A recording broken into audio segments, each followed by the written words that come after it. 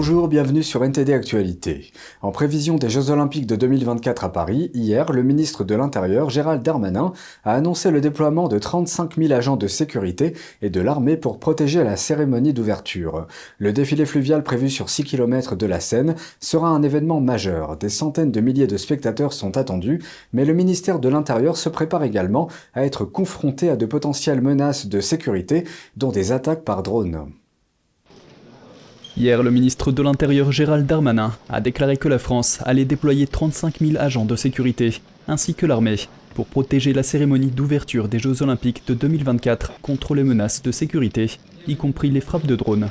Des centaines de milliers de spectateurs sont attendus le long de la Seine, sur un parcours de 6 km, pour assister au défilé fluvial des délégations nationales qui navigueront depuis le pont d'Austerlitz jusqu'au pied de la Tour Eiffel.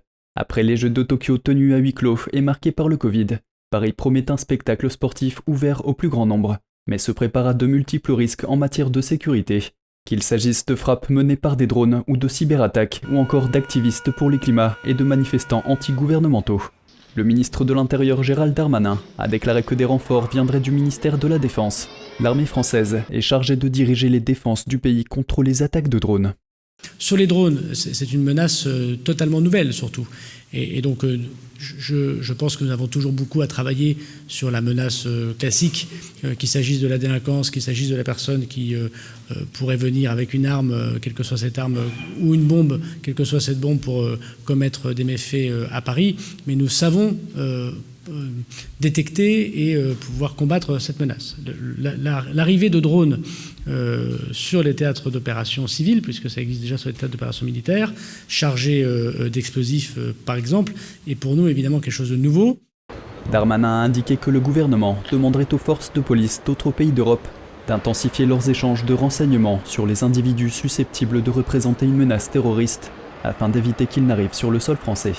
Je vous rappelle que la France, depuis de nombreuses années, depuis le ministre de l'Intérieur Bernard Cazeneuve et depuis les attentats du Bataclan, a demandé le retour des contrôles aux frontières intérieures, malgré Schengen. Nous avons renouvelé notre demande de contrôle intérieur aux frontières parce qu'il y a la Coupe du Monde de rugby, parce qu'il y a les Jeux Olympiques. Nous devrions avoir une réponse de la Commission européenne. Nous n'avons aucun doute que la Commission européenne, devant ces deux grands événements mondiaux, autorise la France une nouvelle fois à faire ces contrôles intérieurs. Darmanin a déclaré qu'il s'attendait à ce que plus de 600 000 personnes assistent à l'événement de lancement des Jeux, dont 100 000 qui paieront jusqu'à 2 700 € chacun pour s'asseoir sur les berges du fleuve. Reuters a révélé que les organisateurs de Paris 2024 prévoyaient d'installer la flamme olympique sur la Tour Eiffel, mais pas au sommet du monument. En France, les groupes de défense des droits ont subi un coup dur après que la plus haute juridiction du pays a approuvé l'utilisation limitée de la technologie de l'IA pour la surveillance des Jeux Olympiques de l'année prochaine. Cela inclut la reconnaissance faciale et de nouvelles caractéristiques biométriques. David Vivès de NTD nous en dit plus. Le Conseil constitutionnel a approuvé l'utilisation d'une technologie de surveillance controversée basée sur l'intelligence artificielle. Alors que Paris se prépare à accueillir 600 000 participants aux Jeux Olympiques de l'année prochaine, le gouvernement s'apprête à renforcer les mesures de sécurité. Un projet de loi approuvé par le Parlement en mars ouvre la voie à l'utilisation à grande échelle par les autorités d'une technologie de vidéosurveillance en temps réel, utilisant la reconnaissance faciale et les caractéristiques biométriques. Les caméras reconnaîtront automatiquement les positions des corps, les allures et les gestes. Elles pourront par exemple repérer les sacs laissés sans surveillance ou analyser les mouvements de foule à la recherche de comportements suspects. Mais cette nouvelle technologie est controversée et 38 groupes de défense des droits ont exprimé leur opposition, décrivant ces projets comme un dangereux précédent pour d'autres pays européens. La France sera ainsi le premier pays de l'Union européenne à autoriser la surveillance par IA. Selon le juriste Marc Gauthier, ce projet pose plusieurs problèmes. Il faut noter que la plupart des actes effectués par le programme seraient illégaux s'ils étaient effectués par un être humain. Cet argument d'impunité de la machine a d'ailleurs déjà été employé par les logiciels permettant de vous envoyer de la publicité orientée et donc d'espionner et écouter vos échanges. À citer aussi que ce dispositif va démultiplier les éléments entre guillemets intentionnels et provoquer des interventions dites préventives, engendrant une restriction de liberté quasi immédiate, avant même un fait ou un acte condamnable. Dans sa décision de la semaine dernière, le Conseil constitutionnel limite l'utilisation de la nouvelle technologie expérimentale aux événements sportifs, récréatifs ou culturels, afin de lutter contre les atteintes à l'ordre public. Le gouvernement affirme que ces mesures sont nécessaires pour prévenir les attaques terroristes et les attroupements. Selon Gotti, des questions se posent quant à l'utilisation de la conservation des données par les autorités, contre laquelle la Cour de justice de l'Union européenne s'est prononcée à plusieurs reprises. Il apparaît très clairement que le détournement d'un tel système laisse présager des abus et le bénéfice d'une technologie aussi intrusive ne semble pas, d'après ces structures, justifier son utilisation. Il s'inscrit parfaitement dans la tendance ultra-sécuritaire dans laquelle s'enfonce, par exemple, la France. Gotti craint que l'utilisation d'outils de surveillance par IA en France ne s'étende à d'autres pays. L'Occident s'est très développé sur la notion de protection des droits de l'homme, des libertés individuelles, sur des systèmes juridiques et politiques qui se sont développés depuis plusieurs centaines d'années, notamment je pense à la France avec la révolution de 1789, les droits de l'homme, et puis ensuite tout le système juridique qui en a découlé jusqu'à aujourd'hui. Et là, on est clairement avec ces nouvelles technologies, avec l'intrusion autorisée et généralisée dans la vie des gens, que ce soit l'identité numérique, les passes sanitaires vaccinaux, le passe carbone, les monnaies numériques, et bref, tout ceci forme en fait un environnement qui va à l'encontre de notre construction civilisationnelle. La loi de surveillance par IA sera en vigueur jusqu'en mars 2025. Les gouvernements de l'Union européenne ont adopté une position commune sur l'interdiction de détruire les vêtements invendus afin de réduire les déchets textiles. 27 États membres de l'Union européenne se sont mis d'accord lundi pour interdire la destruction des textiles invendus. Cette décision s'inscrit dans le cadre de la promotion de la réutilisation et du recyclage. Le ministre suédois de l'Industrie a déclaré que cette décision constituait un pas important vers des politiques dites vertes.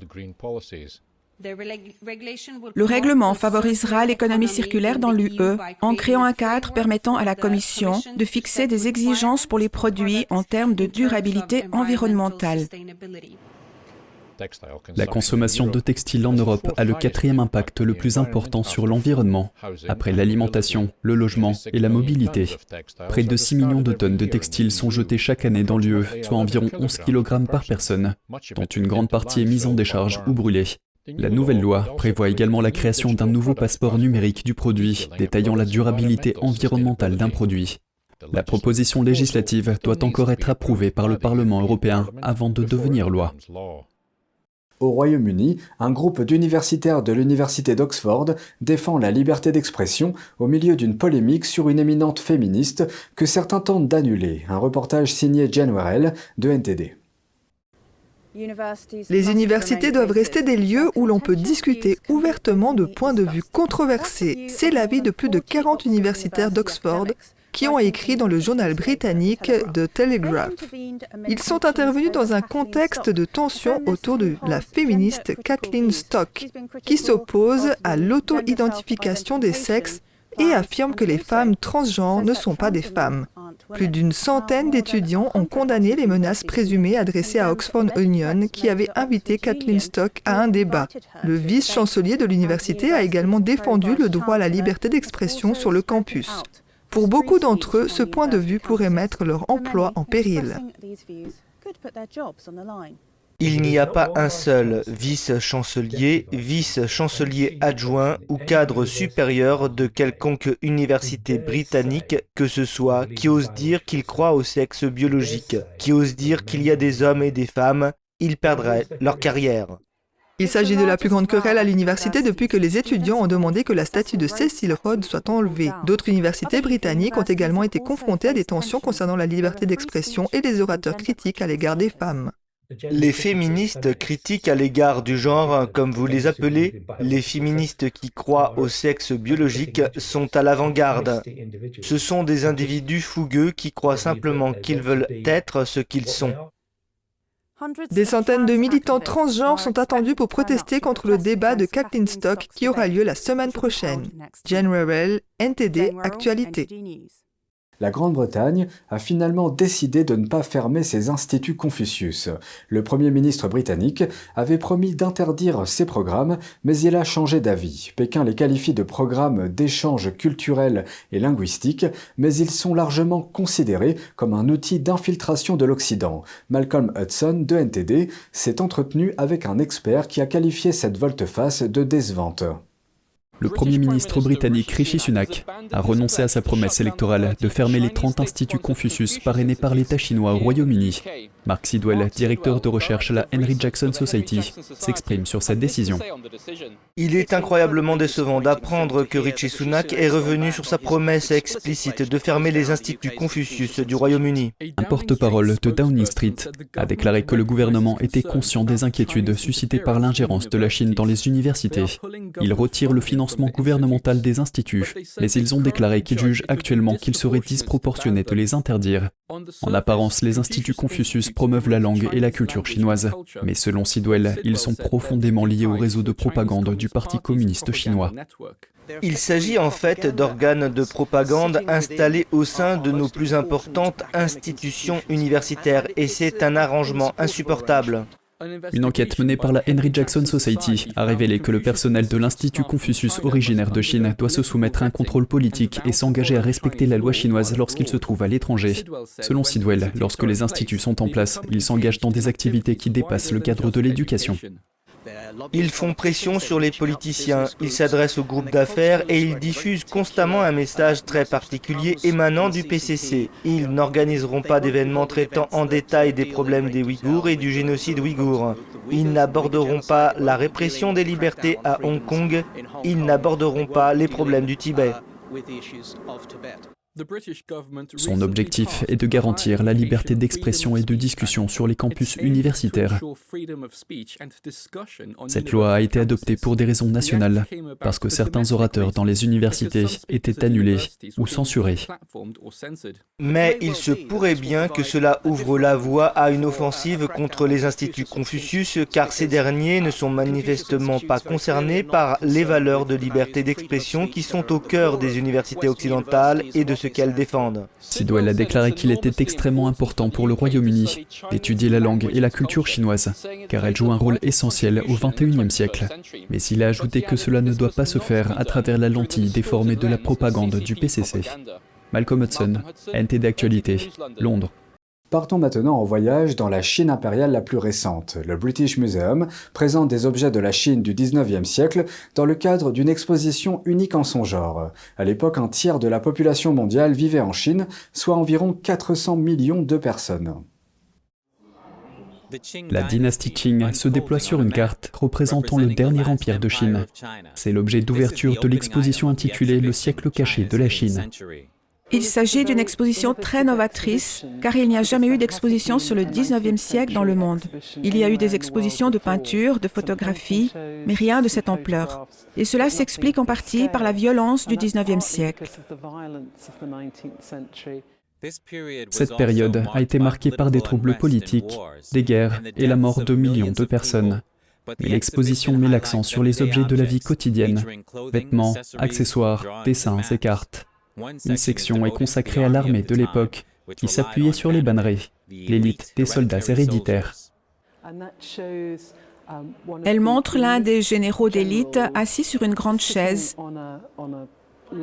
qu'il a recouverte d'une peau de tigre. Sous ses bottes de soie noire, il appuie sur la tête du tigre qui a les yeux fermés. Certains des bannerets ont consigné leur vie et leur voyage dans des écrits. L'impératrice douairière Cixi, qui a contrôlé le trône de Chine pendant près d'un demi-siècle, est l'un des personnages clés de la dynastie Qing. Elle changeait de costume environ 10 fois par jour. Mais cette robe est très particulière, car elle combine des teintures européennes qui sont arrivées au 19e siècle, cette extraordinaire couleur pourpre avec un motif sur le devant qui dérive de l'art japonais. On trouve ce genre de phénix en piqué avec une queue en plume de paon dans les paravents et les textiles japonais de l'époque.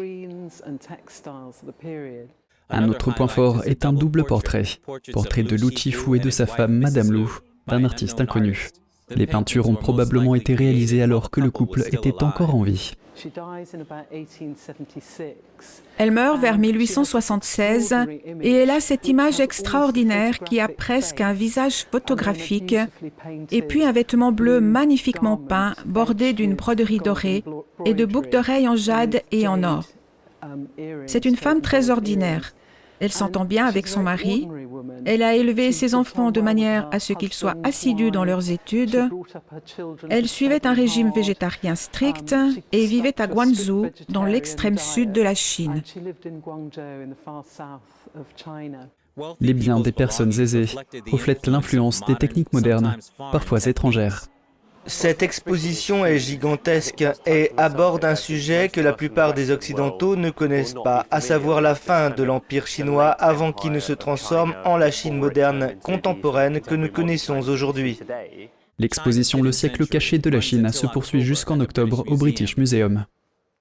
Une rare montre-bracelet est mise en vente ce mois-ci à Hong Kong. Elle a appartenu au dernier empereur de Chine, Aising Gyoro Puyi. Philips s'attend à ce qu'elle rapporte plus de 2,78 millions d'euros. Cette Patek Philippe est en platine et a un diamètre de 2,5 cm. Elle comporte une phase de lune qui montre la lune telle qu'elle est vue de la Terre à un moment donné. Certains de ses mécanismes internes datent de 1929. La valeur de cette montre réside dans sa rareté et son histoire extraordinaire. La maison de vente aux enchères indique que la montre a accompagné l'empereur en Sibérie. Il a été emprisonné par l'Union soviétique pendant 5 ans. Le dernier empereur a offert la montre à son interprète russe, Georgi Permiakov. Tous ces cadeaux à Permiakov, en particulier la montre, étaient le signe de quelque chose de spécial pour lui. Lorsque Reginald Johnston, le tuteur de Puyi, est retourné en Angleterre, Puyi lui a offert un éventail gravé, comme il l'a fait plus tard pour Permiakov. C'est donc le genre de choses qu'il faisait parfois aux personnes qui lui étaient très chères. À ce jour, seules 3 montres-bracelets sont connues, dont celle-ci. Les montres qui ont été vendues auparavant appartenaient à des empereurs. Il s'agit d'une autre Patek Philippe qui a appartenu au dernier empereur d'Éthiopie. Et c'est une Rolex qui a appartenu au dernier empereur du Vietnam. Après son retour en Chine, Puyi a été gracié et a vécu comme civil à Pékin jusqu'à sa mort en 1967. Permiakov a conservé la montre jusqu'à sa mort en 2005. Et c'est ainsi que s'achève cette édition. Merci de nous avoir suivis. Vous pouvez suivre tous les programmes de NTD sur Ganjing World, la plateforme 100% propre, en tapant www.ganjing.com/fr ou en cliquant sur le lien qui se trouve sous notre vidéo YouTube. Je vous souhaite à toutes et à tous, et de la part de toute l'équipe, une excellente soirée sur NTD.